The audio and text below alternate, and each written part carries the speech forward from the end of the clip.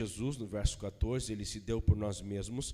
E no capítulo 3, no verso de número 5, falei para vocês que ele nos salvou não por obras de justiça praticada por nós, mas segundo a sua misericórdia, ele nos salvou mediante o lavar regenerador e renovador do Espírito Santo. O novo nascimento, a regeneração do nosso coração, que é a obra do Espírito Santo, a graça de Deus e o sangue de Jesus é o meio pelo qual a igreja é purificada, a igreja é santificada. E essa é a grande questão de Tito, diretrizes para um caminho de santidade, diretrizes para um caminho de pureza, diretrizes para um caminho em que o nosso caráter vai sendo transformado à imagem e semelhança de Deus. Se 1 e 2 Timóteo, Paulo fala muito sobre a sã doutrina, segundo a carta de Tito, ele por sua vez fala sobre uma conduta sã, uma conduta correta. Tanto é que no capítulo 1, e o verso de número 16, a parte final, ele diz: é por isso que são abomináveis e desobedientes, reprovados para qualquer boa obra. Então no capítulo 1 temos essa expressão de a necessidade de boas obras. Os falsos mestres, os falsos cristãos, as falsas igrejas, elas têm uma péssima conduta, uma obra totalmente contrária à sã doutrina. No capítulo 2, no verso de número 7, ele diz: seja você mesmo um exemplo de boas obras. Ainda no capítulo de número 2, verso de número 14, diz que ele deu a si mesmo por nós, a fim de nos redimir de toda iniquidade e purificar para si mesmo um povo exclusivamente seu, dedicado à prática das boas obras. A prática, a ação. O Evangelho não é apenas informação, o Evangelho é transformação. O Evangelho não apenas informa a nossa mente, nos dá apenas informações doutrinárias, teológicas, apenas ajusta a nossa mente de forma cognitiva, mas o Evangelho é uma religião da vida, da prática, da conduta. Tem muita verdade, tem muito ensino, tem muita doutrina, mas o Evangelho tem que encarnar, tem que virar suor, sangue, carne, osso. É o verbo de Deus se fez carne e habitou entre nós. Só por aí você já tem que entender que o cristianismo é uma religião para a vida prática. No capítulo de número 3, no verso de número 8, Paulo diz: fiel a esta palavra, e quero que você fale ousadamente a respeito dessas coisas, para que os que creem em Deus se empenhem na prática de boas obras. Você pode ver isso no capítulo 3 também, os últimos versículos, especialmente o verso 14, ele vai dizer: e quanto aos nossos, que aprendam também a se empenhar na prática de boas obras. Prática.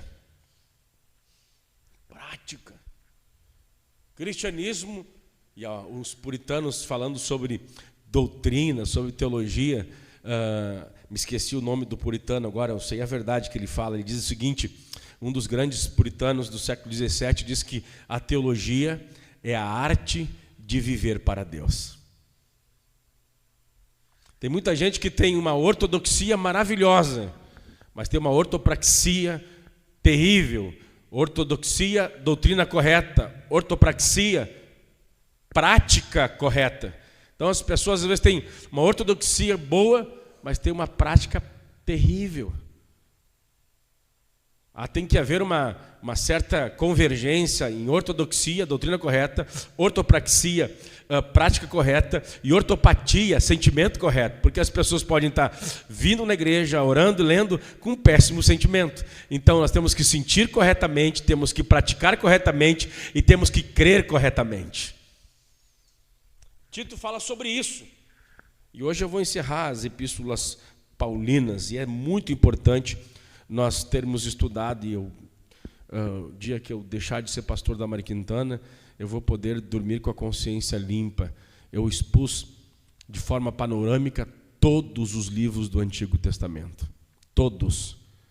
Todos. Nos últimos 3 anos e meio, eu falei de Gênesis a Malaquias numa panorama geral. Estamos nos encaminhando para o fim do Novo Testamento. Porque desde quando eu comecei a fazer esse panorama, o Senhor colocou no meu coração essa ideia, para que os membros da Mário Quintana, quando lerem a Bíblia, eles tenham uma noção de como lê-la, o que significa, quem é o autor, qual o propósito, do que está se tratando, para que eles possam ler as Escrituras Sagradas e ouvir a voz do Senhor. E hoje nós vamos terminar as epístolas pastorais, que compreende 1ª, 2ª Timóteo e a carta de Tito, e a importância de lermos essas epístolas. Há algumas razões pelas quais a igreja deve ler as epístolas pastorais. Primeiro, porque elas enfatizam a sã doutrina. Segundo, as pastorais são importantes porque lançam luz sobre importantes temas da administração da igreja de Jesus, como a igreja deve viver, como os seus oficiais devem ser, como os membros, homens, mulheres, viúvas, solteiros, que nós vimos tanto em 2 Timóteo, vamos ver hoje aqui aos membros da ilha de Creta, que são responsáveis pelo pastorado do pastor Tito. Então lançam luz sobre importantes temas de administração, como a igreja deve ser ordenada, dirigida, administrada. Terceiro lugar, as epístolas pastorais são importantes porque exige uma vida consagrada. A igreja foi tirada deste mundo e o mundo foi tirado para a igreja. Não basta falar em nome de Jesus. Não basta ter um PR na frente, um PB na frente, ou um DC na frente e viver que nem diabo, viver que nem ímpio, viver que nem pagão. A Bíblia diz, especialmente nessas epístolas pastorais, que o cristianismo exige uma conduta, uma vida santa, uma vida regrada, uma vida não perfeita, mas uma vida transformada para a glória do nome do Senhor Jesus. Em quarto lugar, as epístolas pastorais são importantes, devem ser lidas, estudadas, pregadas nas igrejas, porque ela responde à pergunta aos principais, se os credos são importantes. Muitos cristãos acham que doutrina e credo não é importante.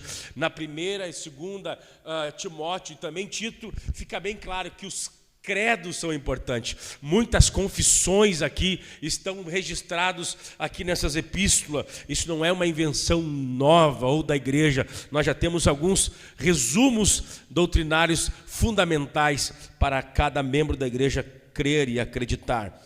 Quinto lugar, as pastorais são importantes porque informam as atividades finais do apóstolo Paulo, que foi alguém que escreveu 30% do Novo Testamento. E para nós pastores, nos dá um legado muito maravilhoso. O mais importante na vida não é como se termina, como se começa, mas é como se termina. E o apóstolo Paulo terminou seu ministério pastoral de forma honrada, combateu o bom combate e guardou a fé. Tantas pessoas chegam no final da vida, homens, líderes, pastores, e acabam sujando o seu ministério. Sujando o seu ministério, eles contaminam o evangelho, porque pastores falam em nome de Deus. Escandalizam outras pessoas, fecha o coração dos incrédulos.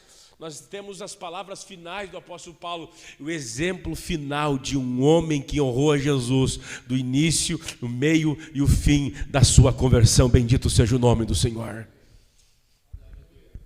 Sexto lugar, as pastorais são importantes, porque elas dão uma compreensão de uma igreja, uma compreensão histórica da igreja no primeiro século.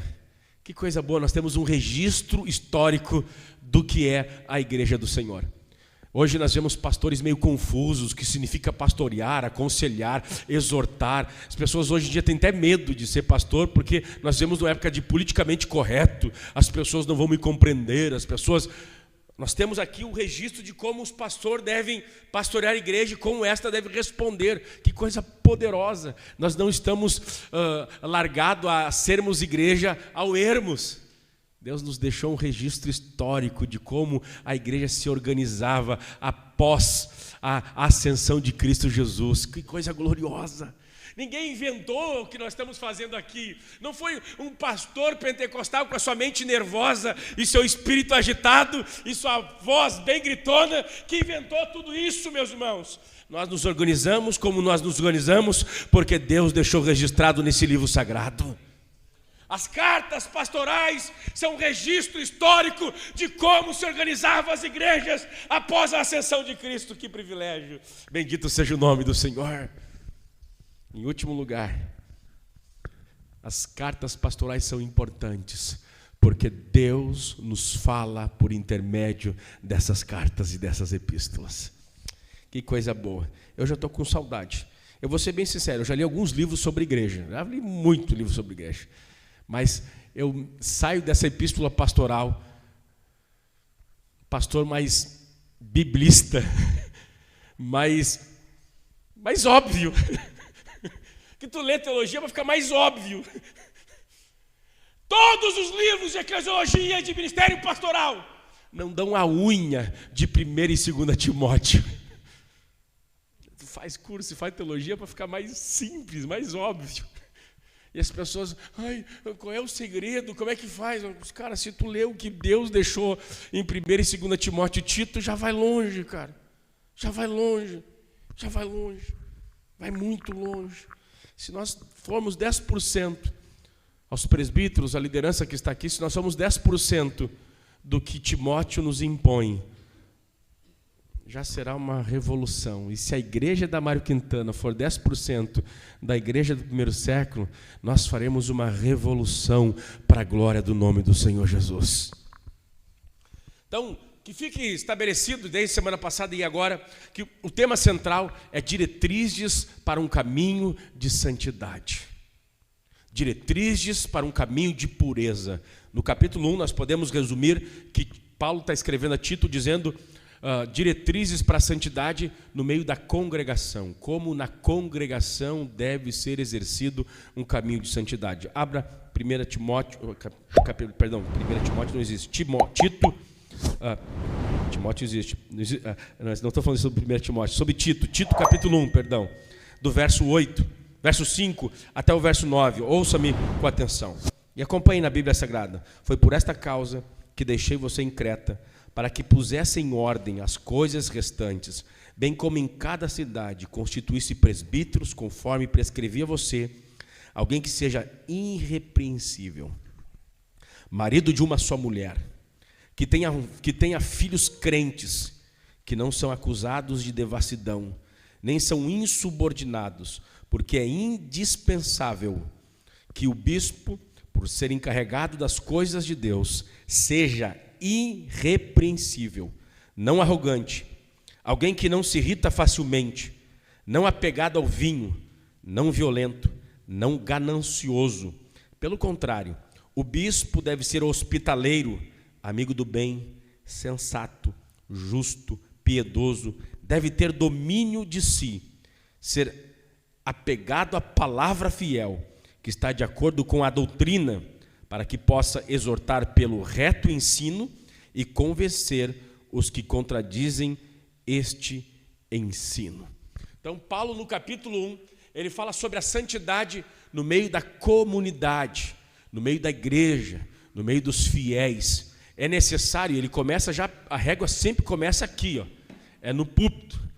Os homens devem ser santos, devem ser piedosos, devem ser retos. Os pastores, os bispos, os obreiros, os líderes da igreja, aqueles que falam em nome de Deus, devem exercer qualidades que revelem o caráter do seu Salvador, do seu Redentor.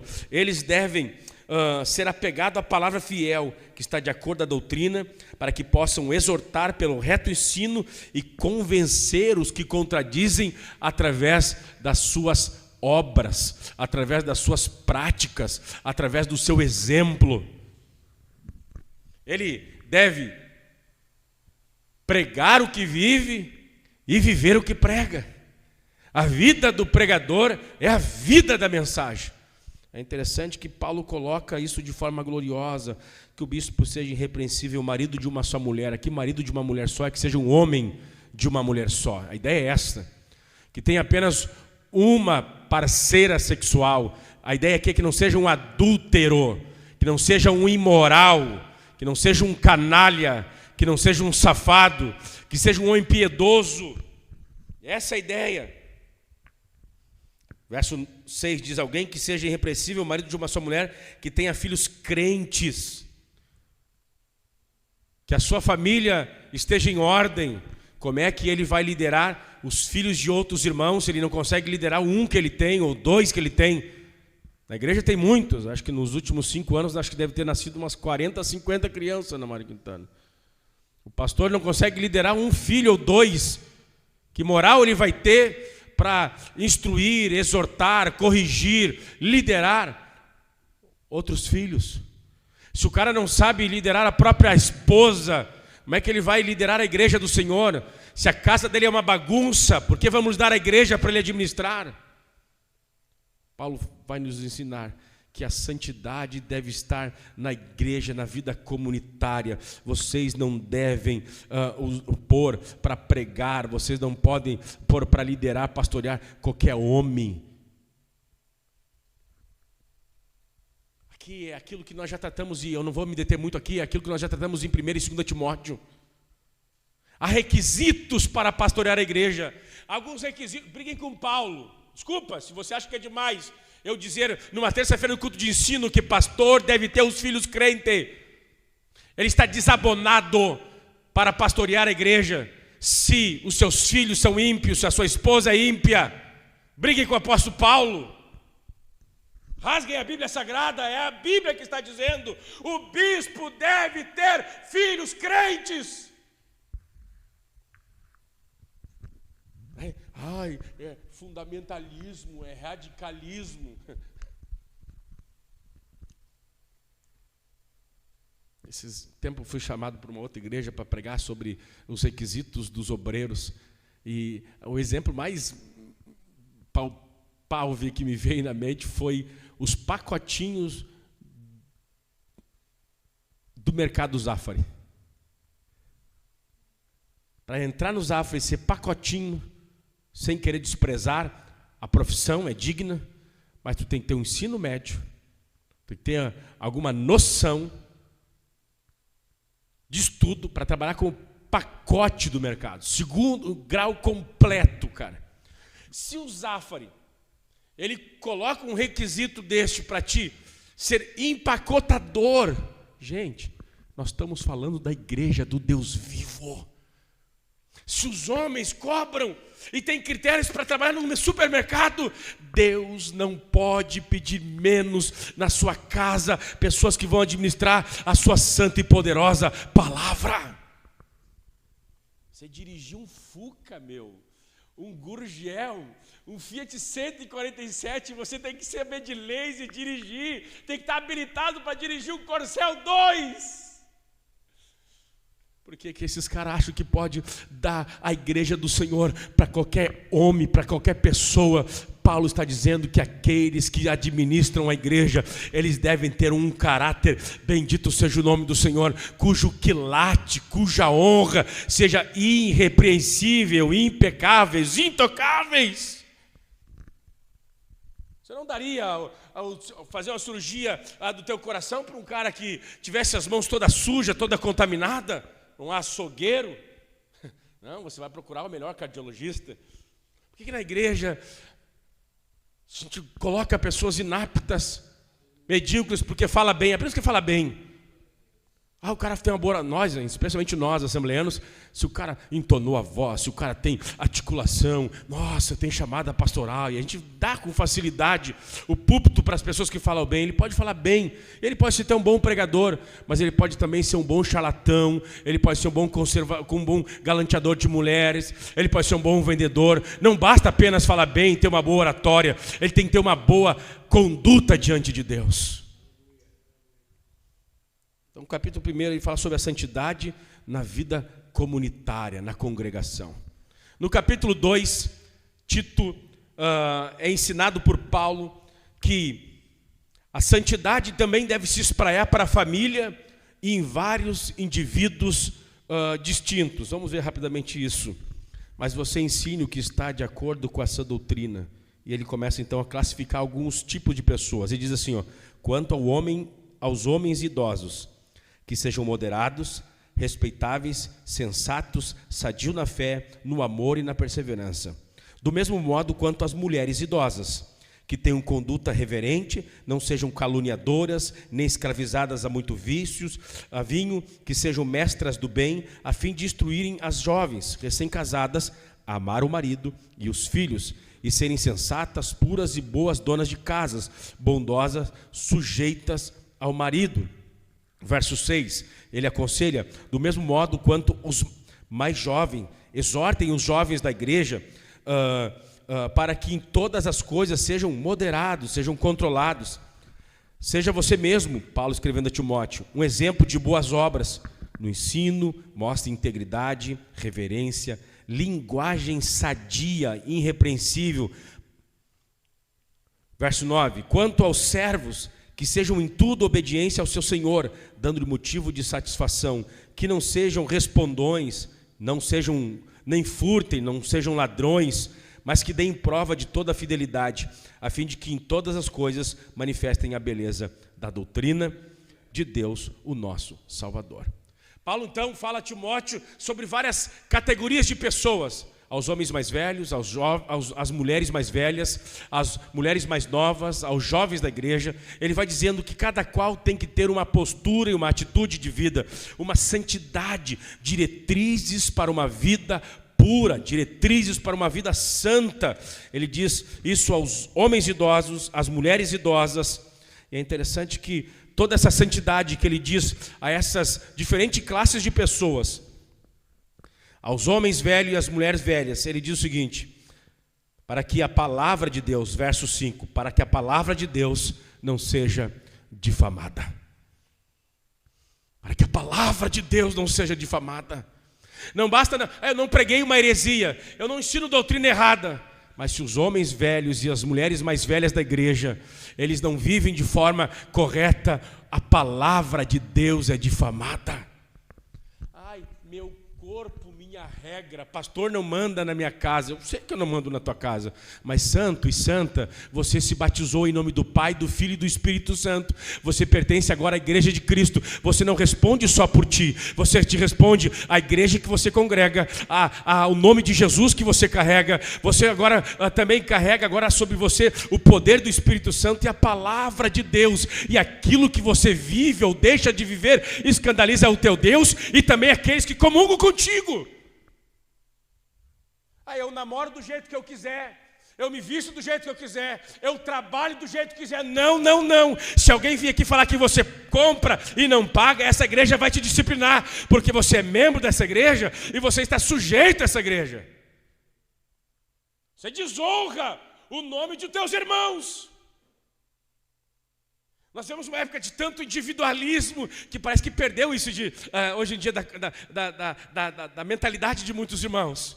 Eu faço o que eu quero, é do meu jeito. Não, meus irmãos, você procura um outra agremiação, você procura outro ajuntamento. A igreja do Senhor não é assim. A forma que você é mulher também está dizendo acerca do teu Salvador, mas também das tuas irmãs. A forma que você se relaciona com o sexo oposto fala acerca de Jesus, teu Salvador, mas também de todos os outros homens que tomam a ceia junto com você. É o nome de Deus e o nome da igreja que você está levando. Paulo está dizendo a Timóteo: ensina os homens mais velhos, as mulheres mais velhas, a eles viverem de forma correta, porque quando eles vivem de forma desordenada, a palavra de Deus é difamada. A palavra de Deus é difamada. É a palavra de Deus que é desonrada. Eu queria um pouquinho de água. Me fugiu a mente agora. É um dos fundadores de religião do Oriente Médio, que ele dizia que não era cristão por causa dos próprios cristãos. Lembra ele, Alexandre? É um líder religioso da Ásia ou do Oriente que dizia isso. Eu não sou cristão por causa dos próprios cristãos. O nome de Deus é difamado e blasfemado entre os gentios. É o que Paulo está dizendo a Tito. Muito obrigado, Gelson.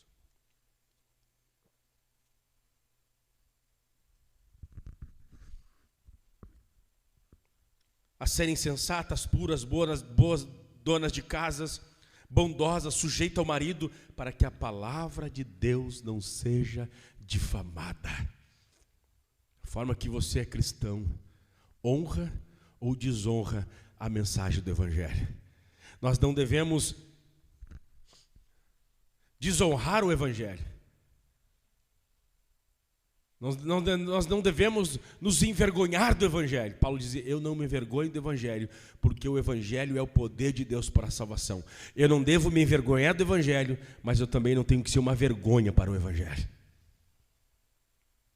Paulo continua dizendo, do mesmo modo, quanto aos mais jovens, exorte para que em todas as coisas sejam moderados, controlados.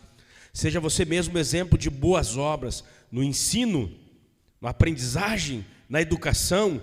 Mostre integridade, inteireza, reverência, linguagem sadia, linguagem irrepreensível, para que o adversário seja envergonhado, não tendo nada de mal a dizer a vosso respeito. Vivam uma vida de pureza e santidade, para que o diabo não tenha do que acusar vocês. Para que o diabo não tenha do que a falar de vocês ao vosso respeito. E servos, que em tudo vocês sejam obedientes aos vossos senhores, que não sejam respondões, que não furtem. Não é só hoje que o cara está lá na empresa e acha que pode lograr o patrão, ninguém está vendo, mas sobrou aqui um restinho do cimento, toca para dentro do carro sem falar com o chefe. É roubo, não interessa, é roubo. É furtar. Não furtem. Não sejam respondões. Nossa, cara. É complicado.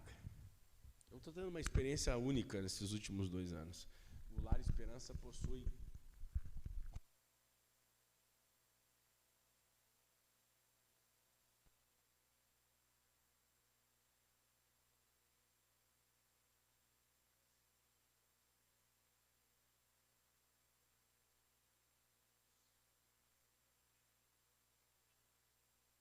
o teu horário de entrada é tal hora, não é 1 hora depois.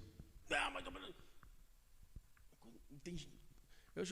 tem o que fazer. Não tem gente que não tem o que fazer. Tu até fala uma vez, uma semana melhora. Uma semana melhora, como volta tudo de novo. Fulano, demite. Eu falei, não quero nem saber, eu vou ficar o ano todo, se até achar uma equipe boa. É assim ou assim? Respondendo, brabão, tem o seu direito, são péssimos. Daí olha o que ele diz, não furtem, não sejam respondões, mas que deem prova de toda a fidelidade, a fim de que em todas as coisas manifestem a beleza da doutrina de Deus. A ideia é que quando nós vivemos a vida cristã, nós adornamos a doutrina, nós embelezamos a doutrina. Olha aqui para mim, nós embelezamos a doutrina de Deus. Quando nós temos uma boa conduta, quando nós vivemos tudo aquilo que o Evangelho nos impõe, nós embelezamos a doutrina de Deus. Bendito seja o nome do Senhor. Adornem o Evangelho. Vocês vivam a vida cristã de tal maneira que quando vocês coloquem o Evangelho em prática, vocês adornam, vocês embelezam, vocês não fazem que a doutrina seja uma doutrina mentirosa, desacreditada. Isso é poderoso demais. Em todas as coisas manifestem a beleza da doutrina de Deus, nosso Salvador. E ele termina o capítulo 3, então, falando sobre, primeiro capítulo 1 é sobre a santidade na comunidade, o capítulo 2 é sobre a santidade na família, em alguns indivíduos, e no capítulo 13 é a santidade social. Olha aqui diz o capítulo 3. Lembre-se, a todos que se sujeitem aos governantes e às autoridades, que sejam obedientes e estejam prontos para toda boa obra. Aqui tem mais uma boa obra que eu esqueci de circular. Que não difamem ninguém, que sejam pacíficos, que sejam cordiais, dando provas de toda a cortesia para com todos. Pois nós também, no passado, éramos insensatos, desobedientes, desgarrados, escravos de todo tipo de paixão e prazeres, vivendo em maldade e inveja, sendo odiados e odiando uns aos outros. Mas, quando se manifestou a bondade de Deus, nosso Salvador, o seu amor por todos, Ele nos salvou, não por obras de justiça praticada por nós, mas segundo a sua misericórdia, Ele nos salvou mediante o Espírito mediante o lavar regenerador e renovador do Espírito Santo, que Ele derramou sobre nós ricamente por meio de Jesus Cristo, nosso Senhor, a fim de que, justificados por graça, nos tornemos seus herdeiros segundo a esperança da vida eterna. Fiel é esta palavra, e quero que você fale ousadamente a respeito dessas coisas para os que creem em Deus, se empenhem em práticas de boas obras. De repente você está aí, não estou vendo você, com frio, e é certo que você está com frio, embora eu estou com calor. Sério, quando eu prego me dá calor, é só quando eu prego. Eu estou só pelo verão, inverno já podia passar, nem começou, já pode ir embora. Quando eu era jovem eu gostava de frio, agora que eu fiquei velho. Olha só, de repente você não entendeu, eu vou explicar para você. Lembre-se a todos que sejam sujeitos aos governantes e às autoridades, que sejam obedientes e estejam prontos para toda boa obra. Paulo, daqui a alguns meses, ele será decapitado por Nero. Vamos dar aqui para vocês entenderem. O presidente, é o imperador, mas o presidente na nossa linguagem de democracia, para vocês entenderem, era Nero de Roma. Ele estava matando os cristãos. Ele estava botando fogo nas igrejas. E Paulo diz, crentes não são baderneiros. Crentes, eles não são subversivo como o mundo. A subversão militar, de vamos pegar em arma, se há um governo, nós somos bagunceiros, desordeiros. É interessante que Paulo diz, olha, não difamem a ninguém, não difamar as autoridades. Toda autoridade é constituída por Deus. Os que estão na rede social hoje e vão difamam qualquer tipo de autoridade. Paulo está dizendo à igreja do primeiro século que a nossa subversão não é na força do ódio, mas é na submissão. Aqueles que estudaram o ensino médio viram a história daquele grande homem, pastor americano, Martin Luther King. Ele disse que eles fariam uma revolução, mas eles não pegariam armas e eles nunca revidariam. E ele estava lutando contra a segregação nos Estados Unidos. Não tem uma coisa mais revolucionária do que o amor, do que nós nos submetermos àqueles nossos algozes. E que fique bem claro, se Deus quiser o martírio da igreja brasileira, o que a igreja tem que fazer é submeter ao martírio. Mas a igreja não é uma sociedade revolucionária, desorganizada, desordeira, insurgente ou desobediente. Precisamos de um presidente que seja cristão. Ei, irmãos, a igreja do primeiro século não tinha o governo ao seu favor. O que será do futuro da igreja? A esquerda dominou. Deixa eu dizer uma coisa, o que será do futuro da igreja? Filipenses capítulo 1:6 diz, aquele que começou a boa obra em vós, há de completar até o dia de Cristo Jesus, nosso Senhor. Aleluia! Aleluia! Vivemos hoje uma igreja que não crê mais no poder do Espírito Santo e nem no poder do Evangelho. Eu ouvi pastor dizer isso uma vez. Não adianta mais ir para a rua pregar o evangelho. Nós precisamos ter homens no governo e na política que nos defenderão. O que é isso, meus irmãos? Uma igreja que busca o poder carnal, o poder humano, o poder terreno, o poder político. Paulo diz, os filhos de Deus, eles se sujeitam a todas e qualquer autoridades. Bendito seja o nome do Senhor. É na obediência, é na humildade, é na oração, é no pregar, é no doar-se, é no amor sacrificial que nós conquistaremos esse mundo. Bendito seja o nome de Jesus. Uma das histórias mais feias do Brasil foi essas duas últimas pleitos políticos. Rachou-se a igreja brasileira, dividiu-se famílias, brigou-se por causa de política. Por causa de política brigaram, racharam a igreja, se feriram, falaram mal uns dos outros. E vi igrejas assim, não, aqui quem é de esquerda não entra, quem é de direita que não entra. Onde é que nós vimos? Onde nós fomos parar, gente, com isso?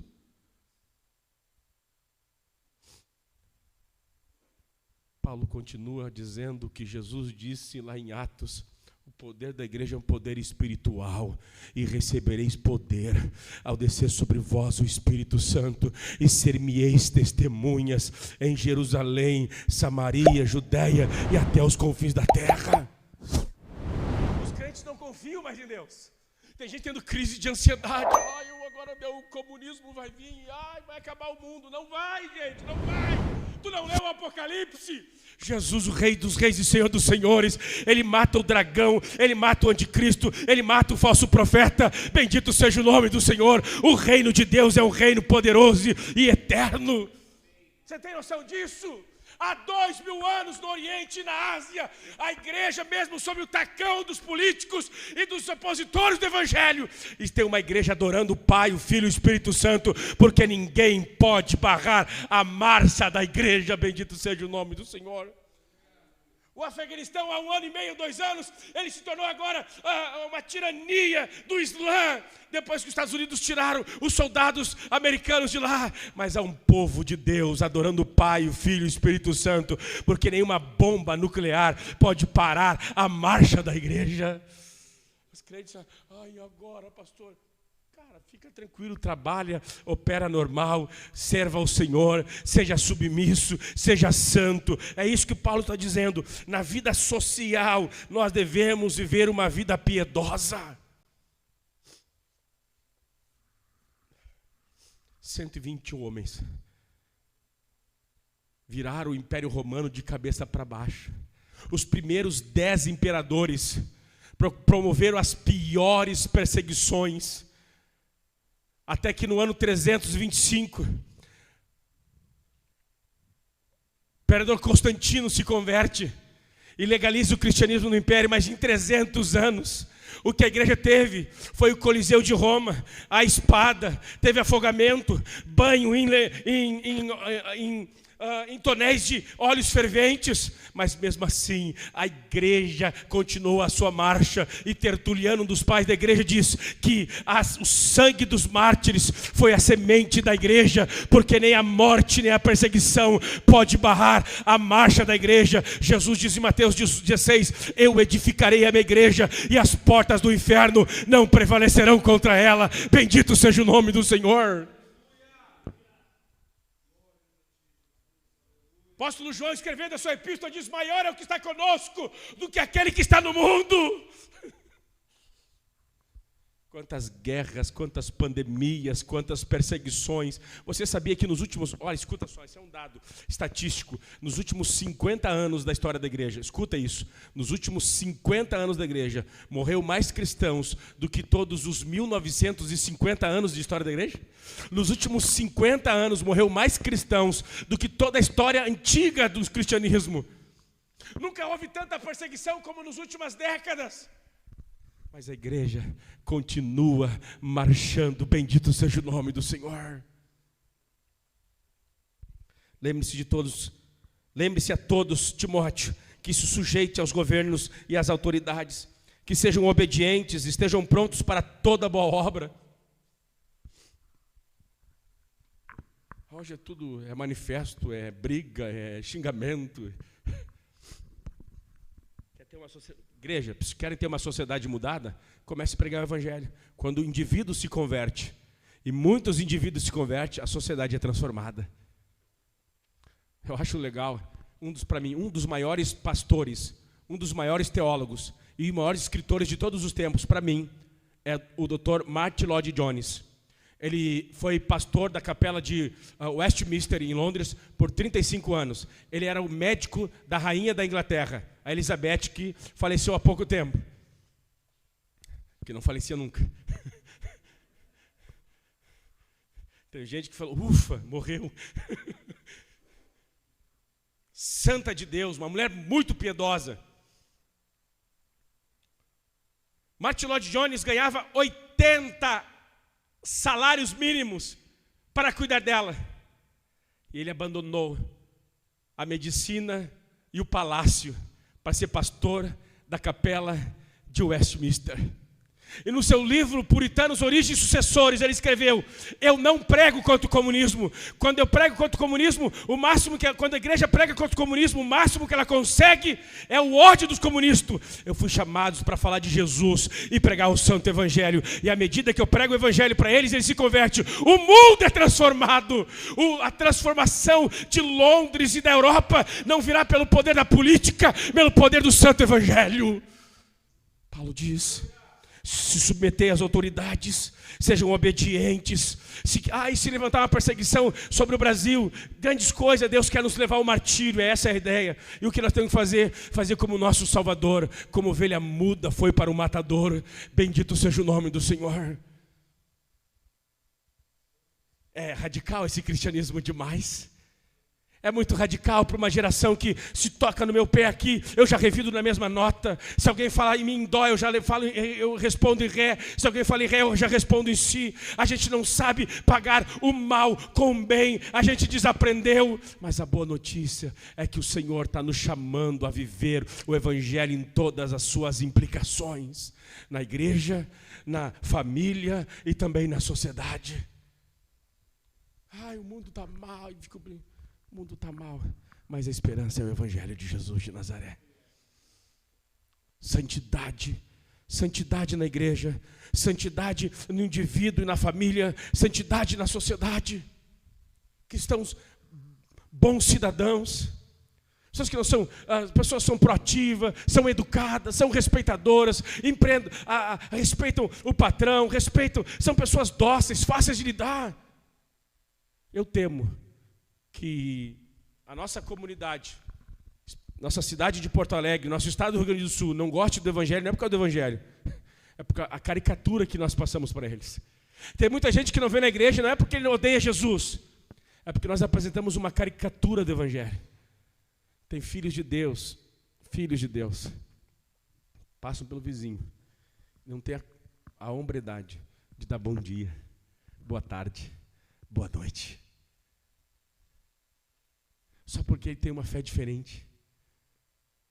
E nós queremos ganhar o mundo para Jesus. É um péssimo vizinho, é uma péssima vizinha, a vida é um escândalo para o vizinho. Eu temo que o ódio do evangelho da nossa cidade não seja contra o evangelho propriamente dito, mas é pela caricatura que nós damos às vezes para os nossos vizinhos. Somos tão mundanos, somos tão egoístas, somos tão avarentos, somos tão luxuriosos quanto eles às vezes. Somos tão materialistas, tão egoístas, tão mundanos quanto eles, que eles olham para o nosso Deus e eu não quero esse Deus. Ele passa por cima de um necessitado, ele passa por cima de uma necessitada, ele não se compadece, ele não tem misericórdia. Eu não quero esse Deus. É mais ou menos nisso que o Friedrich Nietzsche, aquele filósofo que vai escrever o livro Deus está morto, quando ele olha para a cristandade pagã, mundanizada da Europa, e diz: Deus está morto. E eu faço essa pergunta, quando alguém não acredita em Deus, daí eu digo: que Deus tu não acredita? Meu irmão é um ateu endurecido. Eu não acredito em Deus. Que Deus tu não acredita? Ele começou: eu não acredito em Deus assim, assim, assim. Eu também não acredito nesse Deus. Estamos juntos aqui. Esse Deus não é o mesmo Deus que eu. Quando Nietzsche diz que Deus está morto, é porque ele viu uma igreja tão mundanizada, tão paganizada, os clérigos abusando das pessoas, tirando a riqueza das pessoas. Se Deus está morto, eu também concordo com Nietzsche, Deus está morto. Esse Deus que não é um Deus verdadeiro, que não é um Deus real, que é um Deus falsificado, às vezes reproduzido por um evangelho fraco, por uma igreja morta, de um cristianismo nominal. Mas o Deus da Bíblia está vivo para todo sempre. E aqueles que andam com Ele têm uma vida santa, têm vida limpa, têm boas obras, são gente boa, têm bom caráter, um bom relacionamento. É bom estar com eles. Acabou. Vamos estar em pé no nome do Senhor Jesus. Nós vamos orar ao Senhor. Pedir que o Alexandre depois vai estar administrando a ceia do Senhor. Aleluia, bom está esse lugar, bom está esse lugar, bom está esse lugar. E nós vamos encerrar participando da ceia do Senhor. Coisa boa é servirmos ao Senhor. Como é que está a tua vida? Nossas vidas deveriam ser parábolas que apontam para Cristo Jesus, o nosso Senhor. Este mundo não precisa de uma nova igreja, onde uma nova revolução, onde um novo pastor, de um novo teólogo, de mais um pregador. Este mundo precisa conhecer alguém. E uma igreja que viva o Evangelho. Leonardo Rivail disse: se todos os cristãos vivessem o Evangelho em um único dia, toda a radicalidade do Evangelho, nós mudaríamos o rumo das coisas. Se num dia, pelo menos, nós conseguíssemos ver todo o Evangelho. Vamos orar ao Senhor. Vamos orar ao Senhor. Bendito Deus e Pai que está nos céus. Tua palavra, Senhor, essa carta poderosa sobre a diretrizes para uma vida de santidade, veio ao nosso encontro, Senhor.